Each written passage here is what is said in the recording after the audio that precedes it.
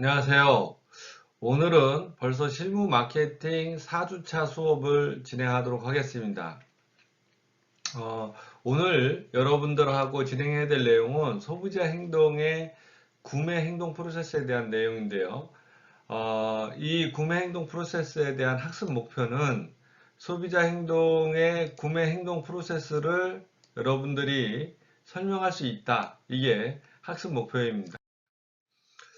소비자 행동의 구매 행동 프로세스는 크게 5가지로 나누어진다 이렇게 말씀을 드렸는데요.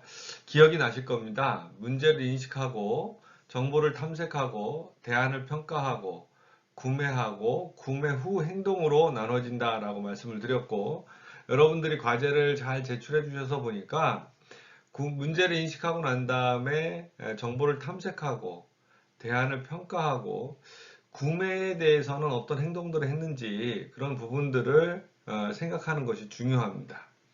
그리고 맨 마지막으로 구매 후 행동에 대해서 어떻게 하느냐, 이런 부분들이 소비자 행동의 구매 행동 프로세스다 이렇게 얘기를 하는데요. 그 첫 번째 단계에서 문제를 인식한다 이렇게 얘기를 하는 거죠. 문제를 인식한다라는 거는 주로 이런 얘기를 합니다. 날이 따뜻해지고 화창해지니까 두터운 옷을 내려놓고 가볍고 봄이나 여름에 맞는 옷을 찾게 되죠. 그런데 옷장에 보니까 겨울옷이나 가을옷은 많은데 봄이나 여름에 입을 만한 가볍고 가벼운 옷이 없다. 이거는 문제를 인식하는 거다 이렇게 얘기를 합니다. 문제를 인식한다라 하면 현재 내가 가지고 있는 소비자 구매의 필요성을 인식하는 단계다 이렇게 얘기를 한다라는 거죠. 그래서 소비자 스스로가, 여기서 소비자는 여러분도 소비자가 될 수 있다 이렇게 말씀을 드렸던 거죠. 그래서 어떠한 문제를 해결해야 할 욕구가 있다는 것을 인식하게 하는 단계를 문제인식의 단계다 이렇게 얘기를 한다라고 말씀드릴 수 있습니다. 여기서 말하는 특정한 욕구는 개인의 실제 상태와 이상적인 상태, 즉 내가 내 지갑에 갖고 있는 돈이 10,000원이 있어요. 실제 상태라고 얘기할 수 있습니다. 근데 내가 사고 싶은 거나 아니면은 바깥에 나갈 때 비상사태를 대비해서 내 지갑에 돈이 한 5만 원 정도 있었으면 좋겠다. 이런 것은 이상적인 상태다 이렇게 얘기를 한다라는 거죠. 그래서 바람직한 상태와 상태 사이의 차이를 나타내는 것을 느꼈을 때 소비자들은 그러한 갭을 극복하기 위해서 의사결정 과정의 시작을 알리는 거다 이렇게 얘기를 한다는 거죠. 이 내용을 조금 도식으로 인용해서 보게 되면은 좀 전에 말씀드렸던 것처럼 실제 상태는 현재의 상태를 얘기합니다. 그래서 내가 지금 입고 있는 옷이 좀 두터운 겨울옷이다. 바람직한 상태는 이제 날씨가 따뜻해지고 바람이 봄바람이 이렇게 부니까 좀 더 가벼운 옷을 입었으면 좋겠다, 있었으면 좋겠다. 이런 부분들이 문제를 인식하는 단계다라는 거죠. 근데 이 문제를 인식하고 난다라고 해서 소비자 행동이 바로 시작되진 않습니다. 음, 봄옷이 있었으면 좋겠다. 그리고 좀 더 가벼운 옷이 있었으면 좋겠다. 이런 부분들은 우리가 중요성이다라고 얘기를 하는 거죠. 계절이 바뀌어서 입을 옷이 없다. 그래서 조금 더 가볍고 밝은 색상의 옷을 입었으면 좋겠다. 이렇게 얘기를 하는데, 그렇게 하려면은 제약 요인이라는 게 있죠. 새로운 옷을 사려면은 비용이, 돈이 있어야 된다. 이런 부분들이라는 거죠. 그래서 제약 요인이 중요성보다 작다라고 하면은 즉 봄옷이 필요하긴 한데 봄옷이 그렇게 비싸진 않다. 그리고 내가 자금에 돈에 좀 여유가 있다라고 하면은 바로 어떤 봄옷을 살 거냐, 백화점에서 살 거냐, 아니면은 실제 옷을 파는 매장에서 살 거냐, 뭐 이런 것들을 결정하게 되는 거죠. 근데 내가 지갑에 돈이 없다. 월급날이 지난 지가 오래돼서 통장에도 잔고가 많지 않다. 이런 경우에는 제약 요인이 더 크게 되는 거죠. 이런 경우에는 구매 의사결정이 시작되지 않는다. 이렇게 얘기를 한다는 거죠. 그래서 문제를 인식하는 단계에서는 실제로 내가 가지고 있는 문제가 제약 요인에 비해서 크냐 작냐에 따라서 구매 의사결정이 시작되기도 하고 구매 의사결정이 시작되지 않기도 하는 단계다 얘기를 할 수 있습니다. 자, 그러면은 첫 번째 단계로 문제를 인식하는 단계에서는 제약 요건과 중요성에 따라서 구매 의사결정 단계가 진행되기도 하고 진행되지 않기도 한다라고 말씀을 드렸는데요. 구매 의사결정 단계가 진행되게 되면은 문제를 인식하고 난 다음에 두 번째로 중요한 거는 정보를 탐색하는 과정에 돌입하게 된다 이렇게 얘기를 합니다. 정보를 탐색한다라는 것은 소비자가 특정 사안에 대해서 문제를 인식하였을 때 문제의 종합적인 상황, 즉 금전적인 여유, 문제의 중요도 등을 감안해서 내가 어떤 것들을 사야 되는지, 즉 정보를 탐색하는 단계에 돌입하는 단계로 볼 수 있습니다. 그래서 소비자가 탐색하는 정보라는 것은 크게 자신의 욕구를 합리적으로 해결하기 위해서 필요한 정보다 이렇게 얘기를 하는데요. 이 정보에 대한 얘기는 크게 이렇게 이런 프로세스를 탄다라고 말씀을 드린 적이 있어요. 마케팅적 자극이나 아니면 기타 자극이 왔을 때 그것에 노출하게 되면은 노출된 정보를 기억하게 되고 기억을 한 정보 안에서 내가 문제를 인식하고 난 다음에 어떤 구매의사 결정을 하게 될 때 내적 탐색을 먼저 하게 된다. 근데 내적 탐색을 해서 원하는 결과를 얻지 못했을 때는 자기 스스로를 외적 정보에 노출시키는 외적 탐색을 하게 된다. 이렇게 말씀을 드렸죠. 그래서 이런 과정을 거치는 거를 우리가 구매 의사결정 단계의 두 번째 단계, 즉 정보를 탐색하는 단계다 이렇게 얘기를 합니다. 정보 탐색 과정에서 중요한 내용 중에 하나는 조금 전에 말씀드렸던 것처럼 내적 탐색과 외적 탐색으로 구분할 수 있어야 한다 이렇게 얘기를 하는 거죠. 즉 내적 탐색이라는 것은 자기 자신의 기억 속에서 탐색하는 걸 얘기하는 거고요. 이 기억 속에 답이 없을 때는 다시 탐색 과정을 거쳐서 외적 탐색, 즉 어떤 대리점을 가게 된다든지 아니면 포털 사이트에서 검색을 하게 된다든지 이런 것들은 전부 다 외적 탐색이다 이렇게 얘기할 수 있습니다. 이러한 과정을 거쳐서 진행하게 되면은 정보 탐색의 유형은 조금 전에 말씀드렸던 내부 탐색, 즉 인터널 서칭은 소비자의 기억 속에 있는 정보를 검색하는 거다. 이렇게 외적 탐색은 소비자 기억 이외의 정보 원천, 방문을 한다든지 백화점을 간다든지 아니면은 쇼핑몰에 들어가서 어떤 정보들을 얻는다든지 구매자 후기를 본다든지 이런 것들은 전부 다 외적 탐색에 해당이 된다 이렇게 말씀드릴 수 있습니다. 그 다음에 제품 정보에 따른 탐색 과정으로 탐색제, 경험제 이렇게 나눌 수 있는데요. 탐색제와 경험제라는 부분들은 우리가 보통 자동차나 스테레오나 이런 비싼 내구재인 경우에는 많은 정보를 수집한 다음에 물건을 구매하게 된다. 그래서 그것을 우리가 보통 탐색제다 이렇게 얘기를 하고요. 그냥 늘상 접하는 것들 아니면은 뭐 세제류와 같은 것들, 뭐 치약이나 껌 같은 것들은 본인이 사용한 경험에 의해서 구매하게 된다. 그래서 그거를 우리가 흔히 경험제다 이렇게 얘기를 하는 거죠. 또 하나 제품은 PBA 방식과 PBB 방식이 있다 이렇게 얘기를 합니다. Processing by Attribute라는 PBA 방식은 말 그대로 어떤 공헌도 내가 직접 경험해 보니까 이런 물건이 좋더라 이렇게 결정하는 것을 PBA 방식이라고 합니다. 반면에 PBB 방식은 Processing by Brand 이렇게 얘기를 하는 거죠. 브랜드라는 것은 내가 직접 경험해 보지는 않았더라도 평판이라든지 아니면은 노출 정도에 따라서 그 브랜드에 따른 결정을 하는 거를 우리가 PBB 방식이다 이렇게 얘기를 할 수 있습니다. 그래서 전체적인 관점으로 본다라고 하면은 개인적인 정보에 따라서 PBA 방식을 따를 수도 있고 PBB 방식을 따를 수도 있다. 또는 우리가 앞서 배운 고관여, 즉 정보에 지각된 위험이 클 때, 정보 탐색이 많은 경우, 고관여 제품이다라고 하면은 가격이 비싸고 한 번 결정한 다음에 오래 사용하는 제품들을 보통 고관여 제품이다 이렇게 말씀을 드렸고요. 저관여 제품이다라고 얘기를 하는 부분들은 우리가 어떤 정보를 탐색을 많이 하지 않더라도 바로 구매하는 경우 이런 부분들을 저관여 제품이다 이렇게 얘기를 한다라는 거죠. 그래서 이런 방식으로 거쳐서 보게 되면 전체 정보 탐색에서는 환기상표군과 고려상표군으로도 나눌 수 있다. 그래서 환기상표는 이보크셋 이런 말을 씁니다.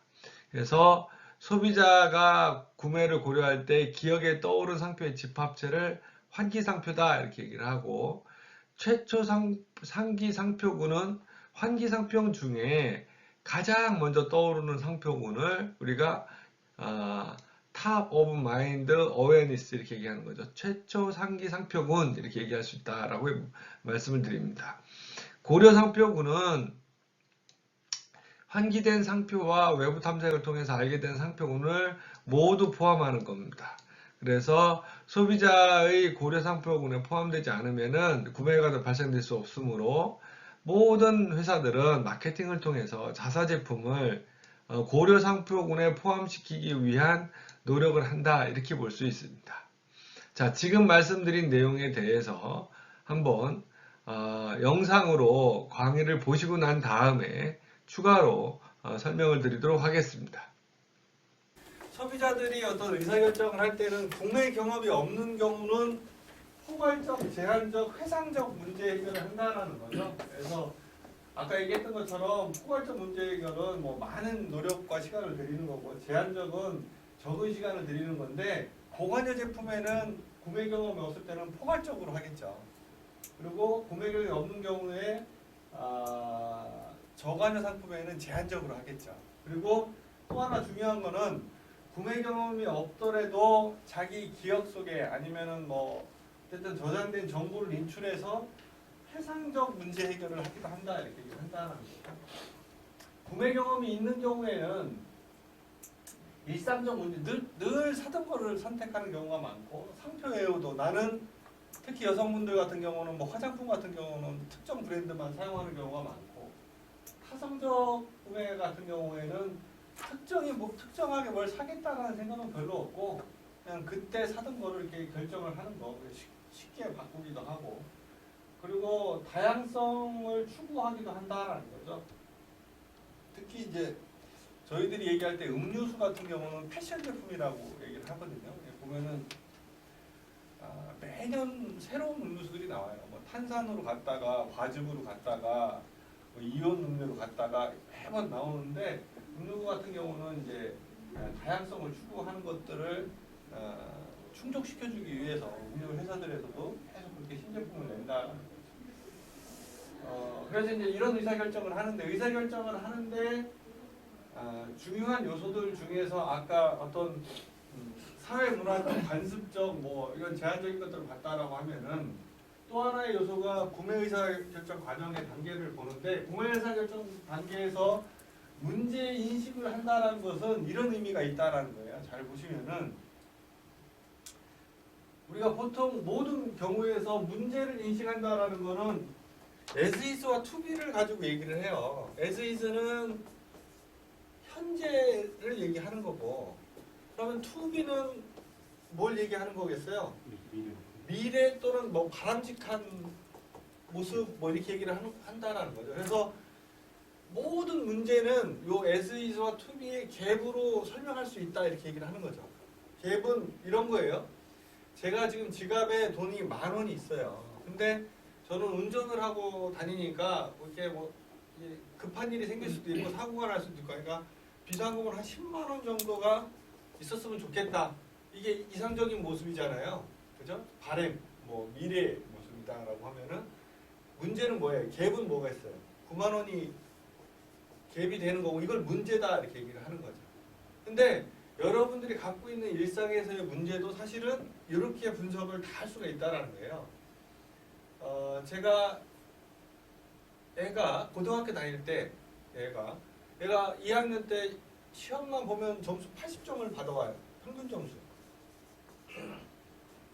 근데 고등학교 2학년짜리가 1년 뒤에 수능을 봐서 4년제 대학에 서울에 있는 4년제 대학을 가려면은 최소 평균 90점은 돼야지 된다라고 얘기를 하는 거죠. 그러면은 문제가 뭐겠어요? 그렇죠. 2학년짜리 평균 점수 10점을 올리는 게 문제인 거죠. 근데 고등학교 2학년짜리 평균 점수 10점을 올리는 방법은 뭐가 있겠어요? 그렇죠. 학원이나 과외를 시키거나 아니면은 직접 데리고 가르치거나.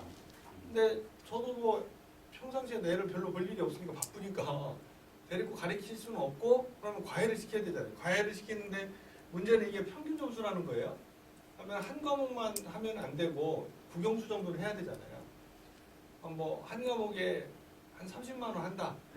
국영수 3과목 과외를 시킨다라고 하면은 항상 문제 해결에는 해결됐을 때 효과가 있어요. 기대 효과라고 얘기해요. 그리고 그 문제를 해결하는 데 들어가는 지급 비용이 있어요. 지급 비용.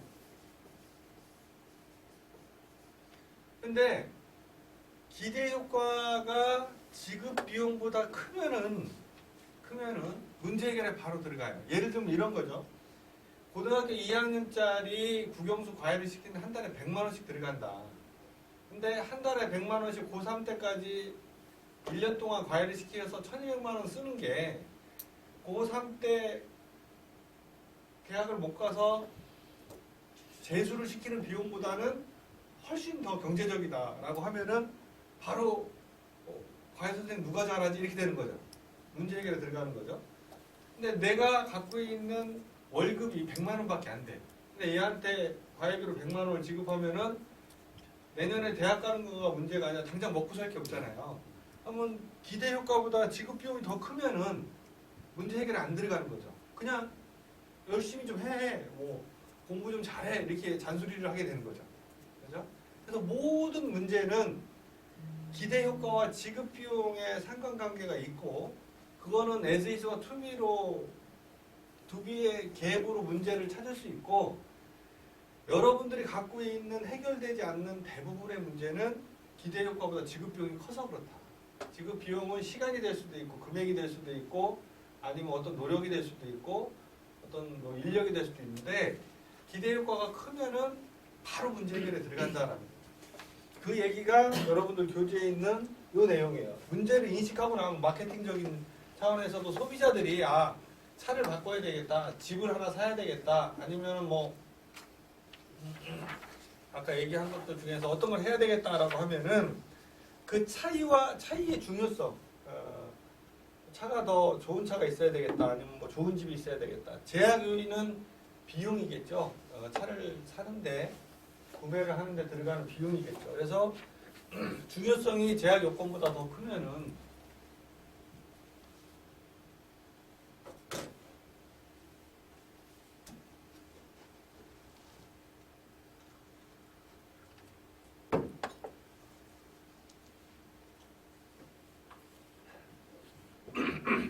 죄송합니다.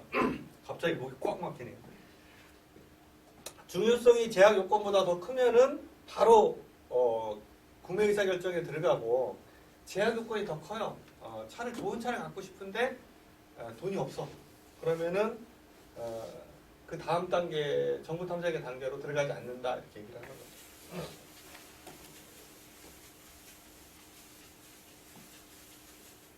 그 얘기를 문제 인식 단계에다가 적어놨고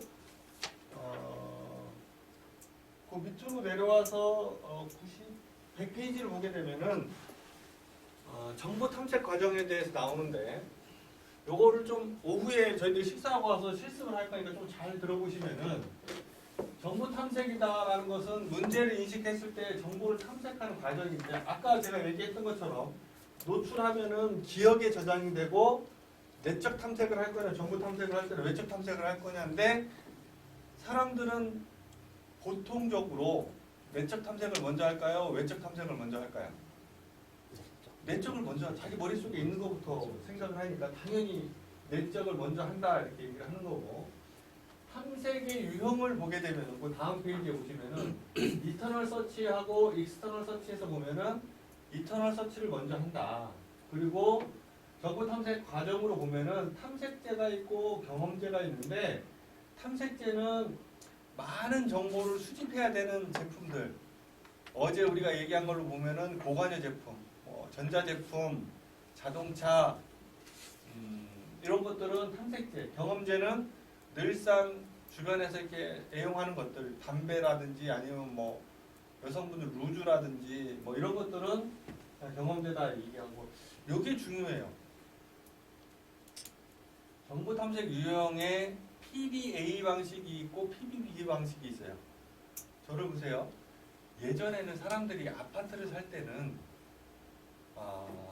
지금처럼 사질 않고 아파트는 현대 아파트가 좋아. 현대 아파트를 사야 돼. 이렇게 얘기를 했어요. 불과 제가 어렸을 때 한 20, 30년 전만 하더라도 아파트는 현대가 그때 당시에는 다른 건설사들보다 뭐 건축도 잘하고 뭐 이러니까 현대건설이 잘 지니까 사람들이 아파트를 들어가서 살아보니까 현대 아파트에서 사는 사람들이 더 살아보니까 현대 아파트가 좋더라. 이렇게 얘기하는 방식을 프로세싱 바이 어트리뷰트 이렇게 얘기해요. 공헌도에 대해서 의사결정을 하는 거죠. 따라서 실제로 써보니까 실제로 해보니까 좋아 이렇게 얘기를 하는데 지금은 아파트가 PBB 방식이에요. 여기 강변북로를 이렇게 타고 가다 보면은 예전에 삼성 아파트라고 이렇게 있었거든요. 한 10몇 층짜리 되는 강변북로 마포 그쪽 구간 쪽에 삼성 아파트가 있었는데 그 삼성 아파트가 어느 날 일단 레미안으로 이름을 바꿨어요. 그 아파트 건물 외벽에 페인트 칠도 새로 하지 않고 그냥 레미안이라고만 이렇게 삼성이라고 써있던 아파트 이름을 레미안으로 바꿔놨는데 가격이 올라갔어요. 아파트 가격이. 지금은 사람들이 아파트를 현대 아파트가 좋아, 뭐 삼성 아파트가 좋아, 롯데 아파트가 좋아 이렇게 얘기하는 게 아니라 이게 레미안이냐 아니면 캐슬이냐 뭐냐에 따라서 브랜드를 인지하기 시작했다라는 거죠. 회사들이 다 브랜드를 내세우고 브랜드를 광고하고 그래서 브랜드에 따라서 결정하는 방식을 PDB 방식이다라고 얘기해요. 그래서 보통 우리가 얘기할 때 공헌도에 의해서 결정을 실제 써보고 후기 같은 거 다 보고 뭐 이렇게 해서 결정을 하느냐 그냥 아우디 무조건 아우디 뭐 이렇게 결정을 하느냐 그거를 PBA 방식이다 PBB 방식이다라고 얘기를 하고 고관여 저관여는 계속적으로 말씀을 드렸고 이거 중요해요. 환기상표가 있고 고려상표가 있어요. 이보크셋이라고 이렇게 얘기를 하는데 환기상표분을 잘 보세요. 저를 한번 보세요. 아까 제가 뭐라고 얘기했냐면은 9시 뉴스를 보려고 TV를 틀었는데 현대자동차 광고가 싹 나왔어요. 근데 그거에 사람들이 어텐션 하지 않는데 기업들은 계속 광고를 하죠. 계속 광고를 하는 이유는 이보크셋에 세팅을 시키려고 그러는 거예요. 내가 차를 사야겠다라고 생각을 할 때 최초 상기도가 또는 비보조 상기도가 현대 걸로 떠오르냐, 기아 자동차로 떠오르냐, 국산 자동차 중에서는 아니면은 뭐 르노 삼성 자동차로 떠오르느냐에 따라서 외부 서칭 순서가 바뀌겠죠. 그러니까 가장 좋은 거는 제일 먼저 떠오르는 거죠. 국산 자동차를 사야 되겠다라고 하면은 뭐 팰리세이드가 딱 떠오른다. 차종이. 그러면은 가장 좋은 거예요. 그 상태를 만들기 위해서 광고를 한다는 거죠. 엄청난 비용을 들이고. 그걸 안 하면 환기상표군에서 떠오르지 않으면은 선택될 확률이 급격하게 떨어진다라는 거죠. 자, 그래서 환기상표군은 우리가 이게 탑 오브 마인드라고 하는데 최초 상기상표군 중에서 환기상표군에 가장 먼저 떠오르는 상품을 우리가 최초 상기도 이렇게 얘기를 하는 거죠. 내가 떠오르는 게 가장 많이 떠오르는 거. 그 다음에 컨시더레이션 셋 이렇게 얘기하는데 고려 상표군은 자 자동차 국산 자동차에서 어떻게 좋냐는데 딱 떠오르는 게 보통 3개 정도를 떠올려요. 그럼 뭐가 떠오르냐면은 우선 자기가 많이 본 순서대로 떠오르는데 많이 본 순서는 마켓시어 순서하고 거의 비례를 해요. 왜냐하면 마켓시어가 높은 기업들이 광고를 더 많이 하니까. 하면은 뭐 현대, 기아, 뭐 한국GM 이렇게 세 개가 떠오르겠죠. 그러면은 그 떠오른 거 말고 또 뭐가 있겠지 하고 뒤지겠죠. 내 머릿속에 떠오른 거는 이터널 서치예요, 익스터널 서치예요. 내 머릿속에 떠오른 거는 이터널 서치. 내적 탐색이잖아요. 그러면 현대기아, GM만 가지고 결정을 하는 게 아니라 그 뭐가 또 있겠지. 외부 탐색을 해보니까 르노 삼성 자동차에 뭐 QM6가 좋아. 그럼 그거는 뭐에 들어가요? 고려 상표군으로 들어가는 거죠. 그러니까 뭐 현대 팰리세이드, 기아, 뭐 스포티지, 이코녹스, QM6 이렇게 들어가는 거겠죠. 자, 그러면은 우리가 어떤 제품을 정보 탐색을 할 때는 환기 상표군이 더 많은, 이보크 셋이 더 많을까요? 컨시더레이션 셋이 더 많을까요? 고려 상표, 그러니까 환기 상표는 떠오르는 거예요.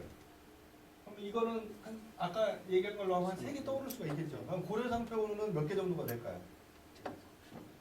기존에 내가 떠오른 3개, 이터널 서칭에서 떠오른 3개 플러스 될 수도 있고 더 알아볼 때 아무것도 없어서 3개야. 이럴 수도 있잖아요. 그러니까 최소 환기 상표군만큼 떠오르거나 아니면 그 이상으로 떠오르겠죠. 그렇죠? 내가 떠오르는 것 중에서 고려 상표군이 아니야, 현대자동차는 안 돼, 이렇게 뺄 수는 있지만은 고려 상표군이라는 건 내가 머릿속에 떠오르는 것들이 차를 사야 되겠다 하면 현대, 기아, 뭐 GM은 고려 상표군의 대상 안에 들어간다라고 보고 추가로 익스터널 서칭에 찾아낸 것들까지 고려 상표군 안에 들어가는 거를 우리가 고려 상표군이다 이렇게 얘기를 한다는 거예요. 그러면은 가장 좋은 거는 어떤 거겠어요? 소비자들이 뭘 사야 되겠다, 내가 책상을 사야 되겠다라면은 뭐 퍼시스, 뭐 일로 뭐 이렇게 떠오르는데 제일 처음에 떠오르는 거 퍼시스, 이 여기에 올라가는 게 가장 이상적이다라는 거예요, 광고가. 근데 그렇게 안 됐으면은 최소한 어디까지에는 들어가야 돼요? 우리 브랜드가, 우리 제품이 고려 상표군에는 들어가게끔 돼야 된다는 거예요. 그 고려 상표군에 들어가게끔 하는 게 요즘 많이 나오는 뭐 유튜브나 SNS나 이런 데서 홍보 활동을 통해서 키워드로 검색을 하거나 뭐 아니면은 어떤 포털을 통해서 했을 때 우리 거를 계속 노출시켜 주는 것, 그것들이 고려 상표군에 들어가게끔 하는 노력이다라는 거죠. 근데 돈이 많고 시장 마켓 넘버원의 여기는 어디에다 넣으려고 그래요? 환기 상표군에 넣으려고 하죠. 그러니까 대량으로 광고의 노출 빈도를 높여가는 거죠. 더. 그래서 우리가 보통 정보를 탐색할 때는 인터널, 익스터널이 있고 그 다음에 기업 입장에서 보면은 최소한 고려 상표군에는 들어가야지만 소비자들이 대안을 평가하는 걸로 받아들인다 이렇게 되는 거죠. 자, 영상 강의를 잘 보셨나요?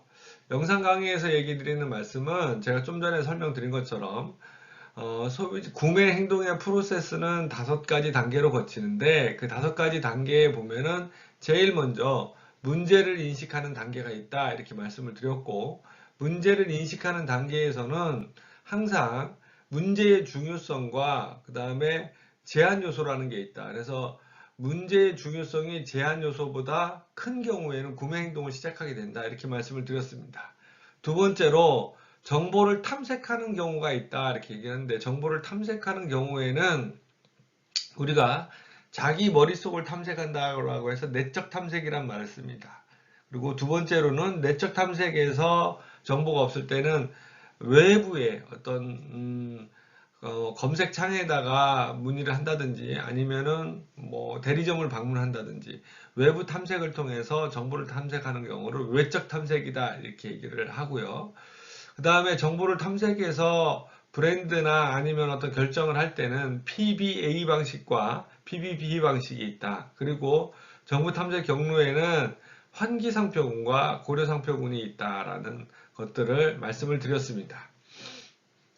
자, 이것으로 소비자 구매 행동 프로세스에 대해 부분에서 문제를 인식하는 단계와 정보를 탐색하는 단계에 대해서 학습을 해보았습니다.